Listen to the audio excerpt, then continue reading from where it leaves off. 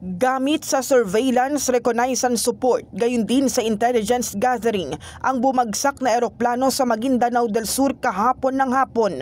Nangyari ang insidente habang nagsasagawa ng routine mission bilang suporta sa magkatuwang na aktibidad ng Pilipinas at Amerika.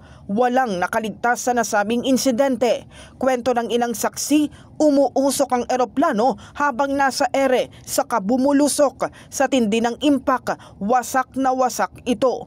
Hindi pinangalanan ng 4 na sakay na nasawi, pero ayon sa Indo-Pacific Command, kabilang rito ang isang US military serviceman at 3 defense contractors. Iniimbestigahan pa ang sanhi ng pagbagsak ng naturang eroplano na kinontrata ng US Defense Department para tumugon sa hiling ng kaalyadong Pilipinas na tumulong sa intelligence at surveillance operations.